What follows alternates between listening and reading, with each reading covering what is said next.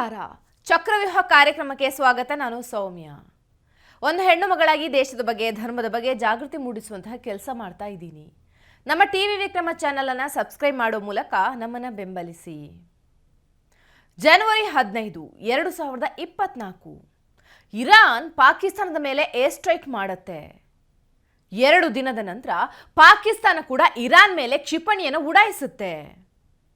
ಪಾಕಿಸ್ತಾನದ ಹಣೆಬರ ನೋಡಿ ಮೊದಲೇ ದೇಶ ಬರಗೆಟ್ಟು ಹೋಗಿದೆ. ಆರ್ಥಿಕ ಸಮಸ್ಯೆಯಿಂದ ಬಳಲಿ ಭಿಕ್ಷೆ ಪಾತ್ರೆ ಹಿಡ್ಕೊಂಡು ನಿಂತಿದೆ. ಅದರ ಮಧ್ಯೆ ಇದೊಂದು ಹೊಸ ಸಮಸ್ಯೆ. ಒಂದು ಕಡೆ ಅಫ್ಘಾನಿಸ್ತಾನದಿಂದ ತಾಲಿಬಾನರ ಕಾಟ, ಇನ್ನೊಂದು ಕಡೆ ಇರಾನ್ ರಾಜಕೀಯ ಅಂತೂ ಹದಗೆಟ್ಟು ಹೋಗಿದೆ. ಅದರ ಮಧ್ಯೆ ಭಾರತದ ಮೇಲೆ ಬುಸ್ ಬುಸ್ ಪೌರುಷ ಬೇರೆ. ಅತ್ತ ಇರಾನ್ ಪಾಶ್ಚಿಮಾತ್ಯ ದೇಶಗಳ ಜೊತೆ ಶತ್ರುತ್ವ ಕಟ್ಕೊಂಡು ಮೈ ತುಂಬ ಎಣ್ಣೆ ಹಾಕೊಂಡು ಯುದ್ಧಕ್ಕೆ ನಿಂತಿದೆ. ಅದ್ರ ಮಧ್ಯೆ ಪಾಕಿಸ್ತಾನದ ಮೇಲೆ ದಾಳಿ ಮಾಡ್ತಾ ಇದೆ. ಇರಾನ್ ಮತ್ತು ಪಾಕ್ ಎರಡೂ ಕಟ್ಟರ್ ಮುಸ್ಲಿಂ ರಾಷ್ಟ್ರಗಳೇ. ಒಂದು ಶಿಯಾ, ಇನ್ನೊಂದು ಸುನ್ನಿ.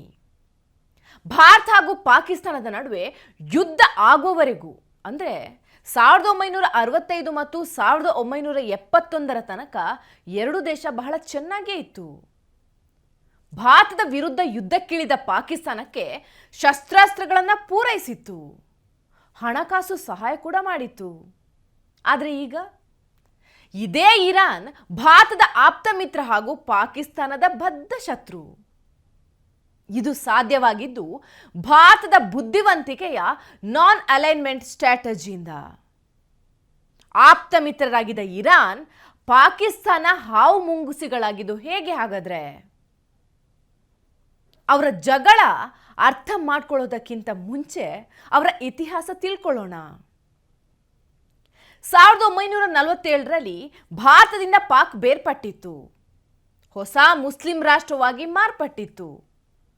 ಹಾಗೆ ಪ್ರಪಂಚದ ಎಲ್ಲ ಮುಸ್ಲಿಂ ರಾಷ್ಟ್ರಗಳ ಬೆಂಬಲ ಕೂಡ ಪಾಕಿಸ್ತಾನಕ್ಕೆ ಇತ್ತು.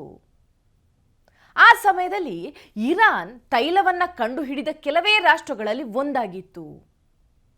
ಆ ಸಮಯದಲ್ಲಿ ದುಬೈ ಹಾಗೂ ಮಿಡಲ್ ಈಸ್ಟರ್ನ್ ಪ್ರದೇಶದಲ್ಲಿ ತೈಲದ ಆವಿಷ್ಕಾರವೇ ಆಗಿರಲಿಲ್ಲ.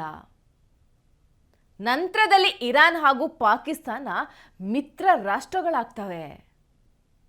ಪಾಕಿಸ್ತಾನವನ್ನು ಗುರುತಿಸಿದ ಮೊದಲ ದೇಶ ಅಂದರೆ ಅದು ಇರಾನ್. 1979ರಲ್ಲಿ ಇರಾನ್ನಲ್ಲಿ ಒಂದು ಇಸ್ಲಾಮಿಕ್ ದಂಗೆ ಏಳುತ್ತೆ.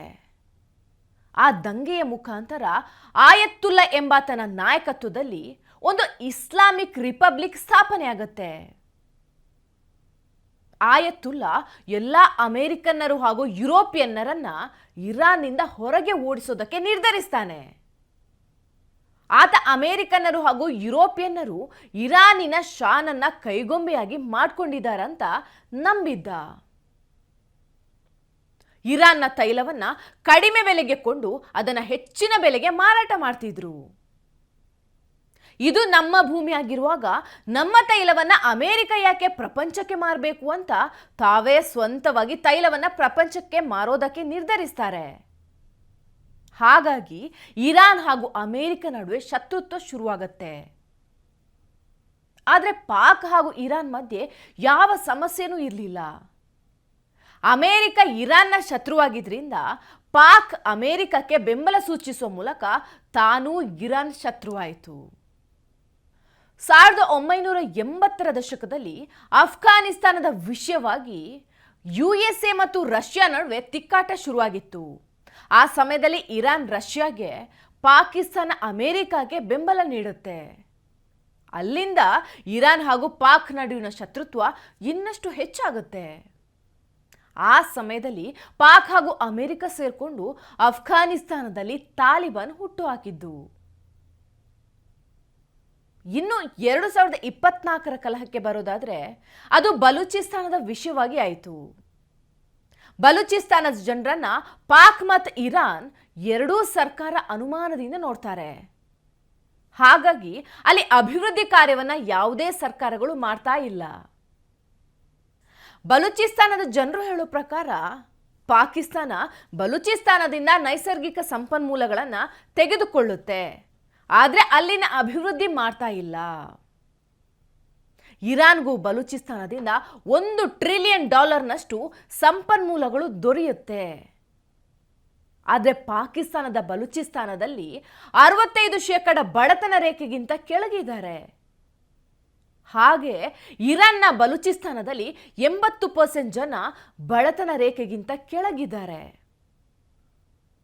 ಹಾಗಾಗಿ ಬಲೂಚ್ಗಳು ಪಾಕ್ ಹಾಗೂ ಇರಾನ್ ವಿರುದ್ಧ ದಂಗೆ ಏಳ್ತಾ ಇದ್ದಾರೆ.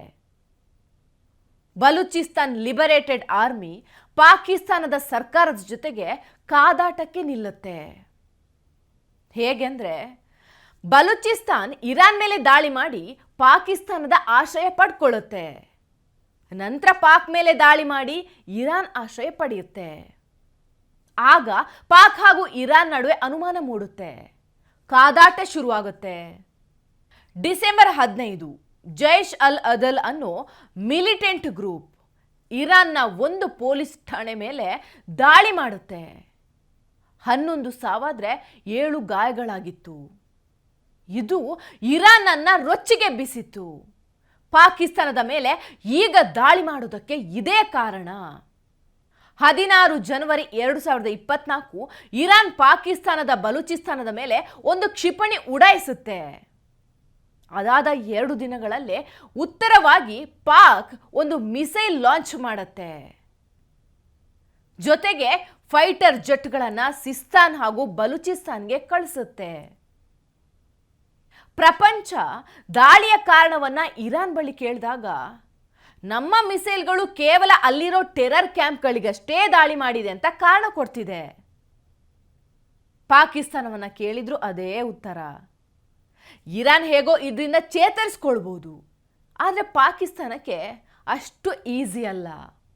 ಎಲ್ಲ ಕಡೆಯಿಂದಲೂ ಸಮಸ್ಯೆಯನ್ನು ಎದುರಿಸ್ತಿರೋ ಪಾಕ್ ಈ ಯುದ್ಧ ನಡೆದ್ರೆ ಕಂಪ್ಲೀಟ್ ಸರ್ವನಾಶ ಆಗೋದು ಗ್ಯಾರಂಟಿ.